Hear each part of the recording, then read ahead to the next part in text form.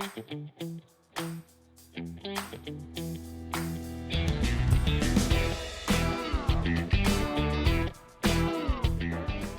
today's episode, I had a humbling and inspiring conversation with Dan Chung.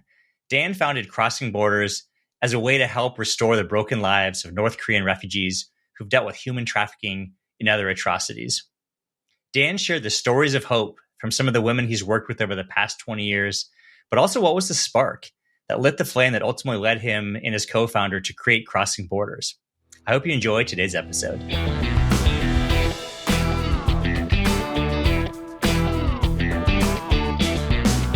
Dan, thanks for coming on today. You're welcome. Appreciate you having me. So I love just to start at the top. And I think most Americans would, if they were honest, would not be aware of the North Korean refugee crisis, just what it is, the scale of it. Do you mind just giving me a sense and giving my listeners a sense of what it is and what the impact and magnitude of it is? Yeah, sure. So North Korea, I think everyone understands that it is a communist dictatorship. And the leadership is hell bent on getting nuclear weapons at all costs. Crossing Borders works with the people who want to leave that country, and they have many, many reasons that they would want to leave, including the lack of food, lack of freedoms, lack of economic opportunities. So most, like 99.9% of all the refugees who have escaped North Korea have had to go through China, right? Because what separates North Korea from South Korea is the most militarized border in the world. Very few people have escaped that way. And everyone who's escaped that way has gotten riddled with bullets. And it's a miracle that they made it out alive. So they have to go north into China. But China and North Korea are allies. They're friends. And so China has agreed to make it as uncomfortable as possible for these North Koreans when they escape into China. And that means they have zero human rights. All of the refugees that we help currently are women in China. We do work both in China and in South Korea with these refugees. And all of the people in China are women who have been sold. China has a gender disparity. There are a lot more men than women because of the one-child policy. Families had to choose if they were going to have a boy or a girl, and many millions, tens of millions of people have chosen to have boys, and that has caused this gender disparity of, some people say, 20 to 30 million more men than women in China. So these women would come in with no rights. They get sold to these men. And we help them in that place there. And if they want to leave China, many of these women get fed up with the situation and they want to leave. They have to make the perilous journey through China with no ID. They have no ID, so it's hard for them to even get on a bus. But they have to, with using fake IDs and fake identities, make it through China into Southeast Asia. They have to cross two borders to get into Thailand, and finally, they will be acknowledged as human beings, receive refugee status, and they can choose wherever they want to go. Most of them decide to go to South Korea. So that, in a nutshell, is the North Korean refugee crisis. Yeah, that's horrific, and I'm sure new to so many people. And when did you become aware of this? Of the crisis, and like, what was that just inflection point where you chose to do something about it? Yeah, I grew up in America. I was born in South Korea. My parents immigrated when I was a baby, and they never talked about North Korea. They never ever mentioned it. And I kind of knew about it, but I didn't know a lot about the country. And so I went through college. I went to college in the late 90s when North Korea was at its worst. It was a famine about, no one knows, but people say up to 2 or 3 million people died during that famine, which is about 12% of the population there. That died during for just from hunger alone. That was the number. And so in college, while this was happening, I was just blissfully unaware. I was finding myself. I was writing poetry, and I was just trying to figure myself out. And I was allowed to do that because I had the freedom to do that, right? And so after college, my good friend Mike Kim, who you know, um, took a trip in 2001 to China, Northeast China. He had some contacts there. He's a very adventurous person. So he went out there and he met some of these refugees. And the first reaction that he had when he met them and that I had when I met them was, what's a North Korean refugee? And we heard about the famine and all of the human trafficking issues. We're like 23, 24 years old at that point, and we knew something told us that we had to do something. And we were just young enough and dumb enough to think that, hey, maybe we could do something. And so Mike, he purchased a one-way ticket to China on January 1st, 2003. That was the beginning of crossing borders, and we just celebrated our 20th anniversary this year. But that's how we got involved. We saw this terrible thing happening. Very few people from the U.S. knew about it, and still to this day they don't know about it. And we decided we had to do something, and that's how it started. It's so powerful. Just the power in the words. We have to do something. I think that's so relatable to people. But it's one thing to be inspired, to be just appalled by what was going on, but what was the next step from there? It's one thing to want to do something, but how did you go about standing up a nonprofit that would actually address that just major crisis? Yeah, so it was really helpful for Mike to be on the ground, to have actual boots on the ground. When running a nonprofit, I would never suggest just sending money and hoping for the best, especially at the beginning. So Mike was on the ground, and we were just looking for opportunities. And one of the opportunities was obviously to house these refugees who were coming out of North Korea. And we started there. And, I think the most important thing, because I'm very culturally American, and so is Mike. And so I think I speak for the both of us when I say you should never go into a country, especially as an American, and say, this is how you should do this, right? Tell people on the ground who are already kind of doing this work and say, no, that's the wrong way to do it. I know best. This is American culture, and I'm going to impose it on you. That's the worst thing to do, especially at the beginning. I think Mike, I don't know how he had this sixth sense of going in there and just listening, right? Going in there and taking the posture of being a learner and saying, look, I don't know what's going on. You are the expert. I want to learn from you. How can we work together? And asking questions rather than giving orders. I think that has been what has made us successful in China, in South Korea, and beyond. Yeah. So much wisdom there. Just going in, just having empathy, listening to the problem. I mean, this applies to startups, new businesses, just even leaders in general. You come into a new team. I always think about just how the best leaders go and they do a listening tour. I had a mentor of mine years ago, then that's exactly what she did. She knew exactly what to do in that case, maybe similar to this, maybe had an idea, but just going in and actually being that listener.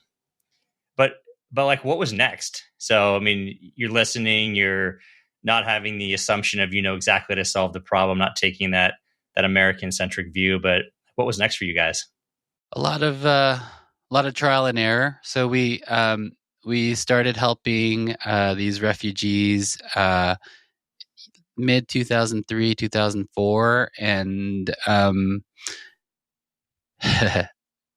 I think at that point we began to build an actual organization. Mike had supporters back at home who was sending him money and things like that. But you know, there's the work of helping people, which is really exciting and compelling, and it's what gets me going every day. But then there's the practical side of things, right? Like, how are you going to keep the people on the ground accountable? How are we going to keep Mike accountable? How are we going to manage the money here and have enough accountability that people would trust us to give us their resources so generously? And so, for the next, I would say, 10 years, we had to figure that out, and that took a long time to build. Enough trust in people and in our donors, with our donors and with our partners on the ground, that we would be a trustworthy partner for everyone involved. And so, we had to go past that moment of I don't know, how do you say it? Just dreaming, and then move into actual tactical steps of building a board, of hiring a good accountant, and having the controls in place where people would entrust us. Does that answer your question?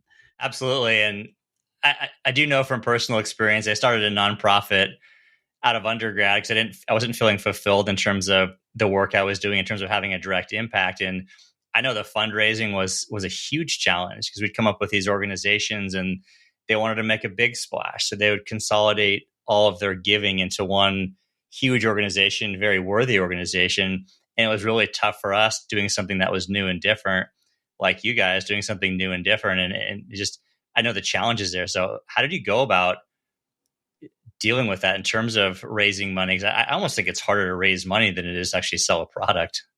Yeah. Oh, wow. That's a great question. How did we?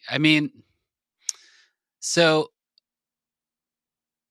we had Mike's supporters. We had a very generous group of friends that we caught at the right time. We went to college at the University of Illinois, and so we graduated, and people started to make salaries and make their choices on how they want to spend their money. And so we started with our friend group, and we didn't. I don't think we ever asked anyone, "Hey, can you give us money?" But we told them about the problem. We had an annual event every year, um, to portray and to really convey the issue on the ground, and it started that way. And then Mike, it really helped that Mike, he left China, and in 2009, 8 or 9, he started writing "Escaping North Korea," his book, and he got there before. There's so many books about North Korea right now, and most of them are written by actual refugees, and they're very, very compelling. Mike wrote this book at a time when none of that, or hardly any of that, was happening. Um, and he happened to publish his book right when there was a crisis where 2 American journalists were captured in North Korea, Laura Ling and Una Lee, and Bill Clinton had to go in and get them out of North Korea. It was a very public thing in 2009. And because of that, there was a ton of interest in North Korea. Mike got on The Daily Show with Jon Stewart, and it really took off from there. It was a set of very, very lucky breaks. Yeah. So I'd love just to dig in terms of just the situation on the ground. So I think it would be just helpful to people to understand like what that's really like. And by the way, what courage both of you guys had in terms of starting this nonprofit and putting your own lives in danger in terms of the work that you were doing and are doing, frankly. So can you talk to me a little bit about the situation, maybe sharing an anecdote of what it was like in the early days, or just some of those experiences and the challenges and how you were able to make an impact on people? Yeah. When I was sharing about refugees, having safe houses for refugees from the very beginning. One story popped into my mind where we would sit down with these refugees who would be pretty fresh out of North Korea, and they knew we were Americans. And so, North Koreans, they're taught that Americans are literally, I'm not exaggerating here, baby eating monsters. That's how North Korea describes American people to their own people. And so these people are so desperate, being in China, having no human rights, dodging human traffickers, that they get into a room. They're desperate enough to get into a room with baby eating monsters, and they would cower at the other side of the room just because of the brainwashing. And so from the very beginning, we said, hey, part of this is like an information problem. They don't have the correct information. And so thankfully, China's media is somewhat open, and we would just sit them in front of a TV, which blew their mind. They saw pictures of Times Square and Gangnam and Seoul, because North Koreans were taught that the outside world was much worse off than North Korea, that North Korea was actually paradise on earth, right? And so to just degrade the layers and layers and layers of lies that they were taught from a very early age, and if you said otherwise, you'd die, basically. You'd be sent to a prison camp. So through coercion, these lies are propagated from generation to generation. And that is why these people, when they would first meet us, they would be cowering on the other side of the room, unable to even speak to us. That's one thing. Another thing that happened to me when I first got there, my first trip out there to China was, I think, 2005. I was much bigger at that time. I was like 40 pounds heavier, and North Korean people were just amazed at my size, because those who grew up in the famine, it's called stunting. It's a medical term where if children are deprived of nutrition, they will be much shorter. You see a picture of these North Korean refugees giving their testimony. They look like normal people, but if you're standing next to them, they're like 5 feet tall at best. So they were just so amazed. I'm 6 feet tall. They thought my head would hit the banister or because they just thought I was a giant. And we were just joking around with one of the refugee women who was like 4'10" and 75 pounds at most. And she said, I think I could fit into your backpack. And I have a picture of this full grown woman, like her from shoulder up. She was in my, or shoulder down, she was in my backpack. I mean, that's how little they were. And that's another thing that I've learned about North Korean people, is that they're so warm. There's this warmth about them that I have seen over the years, and it's so compelling to me that even people from the harshest of situations, the most dictatorial of countries, we have this sense of family that is very, very human and very, very relatable. Yeah.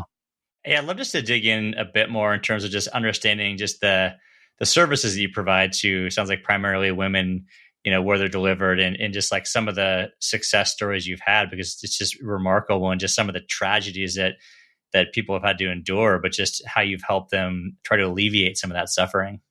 Yeah, great question. At first, when we first started, it was an emergency situation. North Koreans needed resources, and they needed them quick. And so that was really easy for us. We had homes for them. We had cash that we would hand out to them. But over time, the situation had changed. The bleeding of people from North Korea slowed down over the next decade and a half, and the needs began to change. The people who are still in China now, the North Koreans who are still in China now, they have chosen to stay. They compare their lives now in China, even though they don't have ID, they don't have any freedom. They are sold to these men. They think that situation is better than North Korea, and they're just going to write it out there. They've committed to do that. So at first, it was very, very, it was very emergent. It was an emergency situation. We were helping with cash, medical, housing, food, all of that. And now it's more of a community focus, right? And so now we just try to get them together. We work with the underground church. And so a lot of them have started to attend this church that we started just for North Korean people. I mean, everyone is invited, but it's specifically and primarily for these women. And we have seen just powerful results from that. And for example, there was this woman in our network that she was blind from glaucoma. Very simple procedure to rectify. But her husband, who purchased her, and his family, they actually preferred that she was blind. And the reason being was that she would be less prone to leave, to running away if she's blind. If she needed them to be their eyes for her, then there was very little chance for her to flee. So this community figured out, oh, this woman has glaucoma from their very rudimentary medical understanding. And one of them heard of a missionary in the next town over who was doing free eye surgery for people. And I don't know how they figured this out, but they moved her from where she was at, and they paid for everything themselves, moved her to 2 towns over, got her that surgery, and her life is completely transformed. Her life, I met her in like 2005 or 2015 or 2016. I met her, and she was very mute, right? If you can't see the expression on my face, she'd pick up on like half of the things I was saying because of that, right? Communication is very visual for us, for those with eyesight. And so she was kind of like checked out. And the next time we saw her, she was jumping up and down. She was like a completely different person. And her life totally changed as well after that. And what did I do for her? I didn't do anything. It was like we started this community, sure, but it was the community, the power of that community that transformed her life. It wasn't me, it was them. And that is what that is one of the stories that in the 20 years of our work that I'm most proud of. The light touch that we had, but the profound impact that made on her. Yeah, that's so beautiful and so just incredible the difference. But yeah, creating community. How do you go about growing and building that community? Because there are challenges. Because a lot of it sounds like it's needs to be done in secret. And given this is happening in a place not where there are no rights. So like, how do you still foster that sense of community and to grow it? I think it's really easy. You get 2 North Korean women who have been starved of company of their own people for over a decade. You get 2 of them in a room together, and the energy is infectious. It's very what we do is, sure, we put out feelers in certain communities where we suspect there are a larger concentration of North Korean women. But once that happened, once two people start gathering together in an official capacity, both of those women know one other North Korean woman, and so on and so forth. And over the years in China, we've helped over 500 women in this way. We're just building community organically. I'd love just to transition just a little bit, because I think nonprofit work, there obviously are some overlaps with for-profit, but I'm just curious in terms of your experience as a nonprofit leader, just the differences that you've experienced and how that parallels some of the work you've done in the for-profit sector. Yeah. So I was in journalism before coming on full time with Crossing Borders in 2012. I was at a radio station. It was CBS Radio in Chicago. Runs 24 hours a day. A very fast-paced news.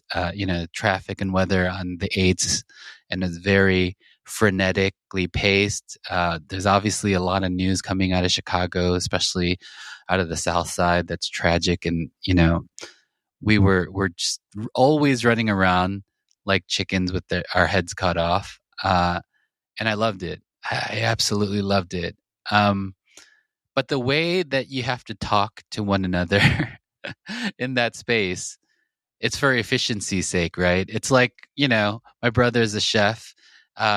He works in kitchens. And so I found that those two atmospheres were very similar, because the sense of urgency was one of the biggest characteristics of both of those jobs. So I say that because in nonprofit, especially being a faith-based nonprofit, I had to sort of, I don't know, deprogram that language out of my mouth, because it was so different. And I found when I did that, that I started to change as well. I started being less stressed. I started to not only to speak kindly, but I really started to feel like I was being more kind to the people around me. And so that's the biggest difference. And so in any sort of endeavor that I pursue now, outside of my work, I carry that along with me, and it has truly changed me. And I don't know how long I'll be doing this. I've been doing this now for 10 years. And I have no plans of stopping. But if I ever do stop and go into another sector, I think I'll carry that with me. The power of kindness is what I've learned as a leader in this space. Yeah, it's interesting just how that's changed. But like, what else have you learned about yourself? Obviously, the power, the importance of kindness, doing real value adding work in the world. But like, what else did you learn about yourself in the last 10 years? Yeah, well, as a leader, I was thinking about this coming into this podcast, but one of the most transformative moments as a leader that I've had over the past 10 years was seeing Susan Cain speak. Susan Cain wrote Quiet, the power of introverts, or something like that. And she taught, her book and her in-person talk was about that, about how the world is kind of built for extroverts. And I straddled the line between introvert and extrovert, but I felt this, I don't know, pressure to be this very extroverted person in my work, to treat my staff, when I'm in front of my staff, to act like more of an extrovert, act like more of a people person. And she gave many examples in her book about leaders who were introverts, like Abraham Lincoln, like Bill Gates. So many leaders who didn't do it that way.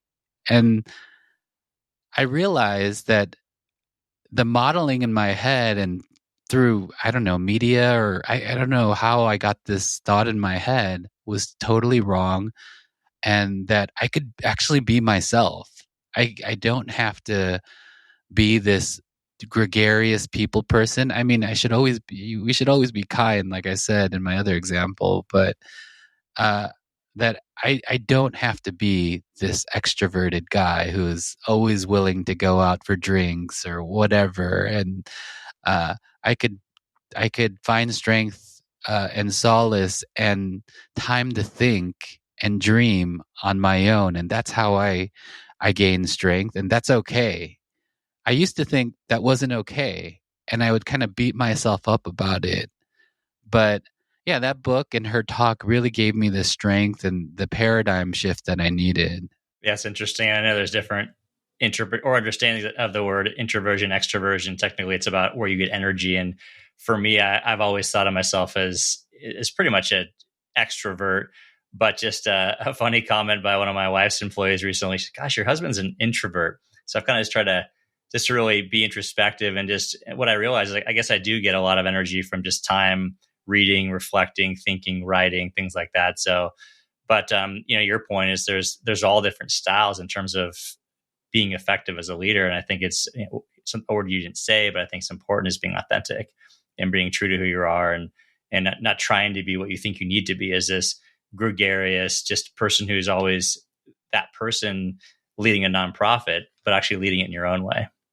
That is one of the key leadership lessons that I've learned in my life. So I'd love just to ask you a question that I'm asking guests moving forward, but just the concept of greatness, which is a familiar word, but the way I look at greatness is it's the intersection of purpose and success, because I believe that many people find that purpose is a little bit inaccessible. It's got to be this transcendent moment that creates purpose. Success tends to be your bank account balance, your salary, your title, the logo that's on your shirt or on your business card. I'd just be curious, in your mind, in your words, like, how do you define greatness for yourself? I'll give you two examples. I don't know which one's right. The Bible says if you want to be great, learn to be the servant of all. Whether you believe in the Bible or not, I think that's a message that we could all take with us. Yeah, to a servant leader, I think the people that I respect and admire the most in the world are servant leaders. And I try to emulate that, especially in South Korea. It is a very paternalistic society where women are often literally put to the side, sidelined. And, just for example, and this is me just trying to be like this and not naturally being like this, but we have a safe house in South Korea, and when I visited last year, I saw that there were dishes in the sink, and I said, "Okay, learn to be a servant." And so I started doing the dishes, and it was all women, the women that we were helping and the social workers. They were mortified. They would not let me do the dishes. It's such a male-driven society. You never do that as a male. And so, you have to do it in the right context, in the right way. But I still hold to that. I think secondly, just a more humanistic view, or just my own personal view, is that if you're not a good father or husband, which I wear both of those hats, then you're not really successful. Like, I know plenty of people who are successful in the business world and have miserable home lives, and that is not success. And so I am so blessed to have a wonderful marriage and a fantastic relationship with my children. And I see some of my friends who might have millions and millions of dollars more than I do, but there's something in their home life that is not as happy. And I think to myself, what I have is worth those millions of dollars, if not more than that. So I really do believe that it if you're not successful at home, you're not successful. Period. Yeah, of course. Obviously, that resonates with me. And one of the values that I learned in living in the south of Brazil, because I was spending every waking moment basically with my wife. She's just girlfriend, I guess, fiance at the time, and just learned the importance of freedom of time and space, and not just for the sake of freedom of time and space, but so that I can spend time with the people that matter most. So at that time, it was my fiance. Now it's my wife and my kids and my other family members and very close friends. And to me, that's so important. It allows me to lead such a rich life, just at least for me. Yeah, totally agree. So what's next? What's next for Crossing Borders? I know you've been in this for 10 years. What do you like? What's next for you? What's next for the organization? Yeah, that's a great question. We are trying to incorporate OKRs, key outcomes and results. A lot of what we've done is build depth with North Korean refugees. And we haven't necessarily gone for big numbers as far as packing our places, and we could have. But we chose to go for depth, and that's really hard to measure. But yeah, this year, and we feel like in the years to come, that we need to get better at naming what our success is. It doesn't have to be hundreds or if not thousands of people filling our classes and our safe houses and things like that. But it could be. But we're trying to define what success means in these next few years, and then going after what that means, instead of just kind of saying, no, these are people, and each person is different and has different needs and this and that. We do want to get more focused in that way. And so for this year, we usually start our year with a staff retreat, and that really is going to be the focus of our staff retreat and our next board meeting, to set up some sort of focused outcomes and results that will sort of give us a North Star.